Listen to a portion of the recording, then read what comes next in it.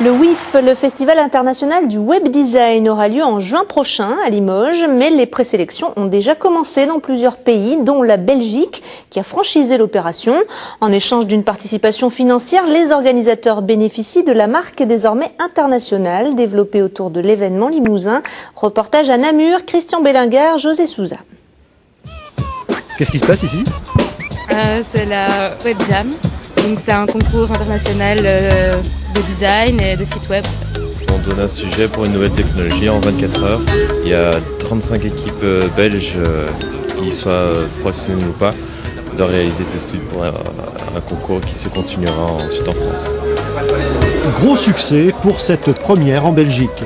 À l'image du Festival international de web design qui est né à Limoges il y a 11 ans, un événement de même nature a été organisé à Namur en Wallonie. De nombreux jeunes venus de tout le pays ont participé à ce rendez-vous, dont le but était notamment de sélectionner 2 équipes pour le Festival Limousin en juin prochain. Dans 10 ans, quel sera l'espace virtuel de notre petit bout de terre sur la toile? On a déjà eu des présélections qui ont démarré la semaine dernière. Il y en aura qui sont actuellement en cours à Milan. Il y en aura la semaine prochaine en ligne, puis dans 15 jours au Japon. Et puis moi, je suis en contact permanent avec l'équipe technique en France et également donc avec notre community manager qui inonde le web de photos, des impressions que je vais recueillir ici de la part des compétiteurs.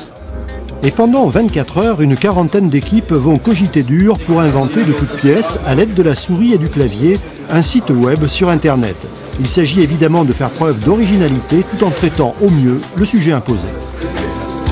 Recréer le site belgium.be dans 10 ans ou dans 10 000 ans. Comment est-ce que la Belgique sera vue sur Internet dans 10 ans ou 10 000 ans? Et vous la voyez comment? À nous, la Belgique, on a dit qu'elle allait un peu partout, qu'elle s'est étendue dans la galaxie sur plusieurs planètes. Nous, on est plutôt sur le scénario rattachement à la France pour la Wallonie. Dis-moi en partie. Donc, c'est ici une application qui permettrait aux gens de choisir leur nouvelle citoyenneté. Le WIF s'exporte désormais dans plusieurs pays partenaires qui ont accepté le principe d'une participation financière pour bénéficier de la marque. Ainsi, à Namur, une équipe d'infographistes s'est lancée dans l'aventure. Je pense qu'il fallait créer ce système de franchise.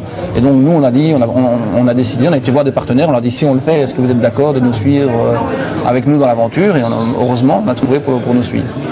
La venue du ministre wallon des Technologies Nouvelles à ce premier WIF 100% belge témoigne de l'intérêt que suscite ici l'événement. Mais les pouvoirs publics doivent aussi se préoccuper de ceux qui n'ont pas Internet.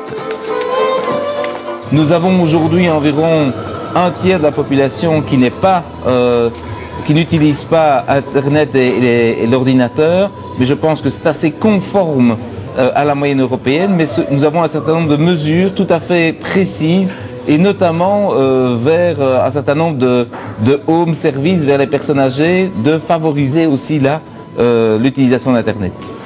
Le secteur des technologies de l'information et de la communication a généré jusqu'à présent en Wallonie près de 17 000 emplois. Ce qui est encore peu, mais une croissance rapide est à prévoir. L'intérêt de cette première compétition de web design ici à Namur en Belgique, c'est d'avoir en quelque sorte accompagné la réalisation de 2 projets industriels importants pour le pays, à savoir l'implantation de Google, mais aussi de Microsoft dans ce qu'on appelle aujourd'hui la Silicon Valley belge, c'est-à-dire la province du Hainaut. Et ne manquez pas notre dossier spécial consacré au festival sur france3.fr.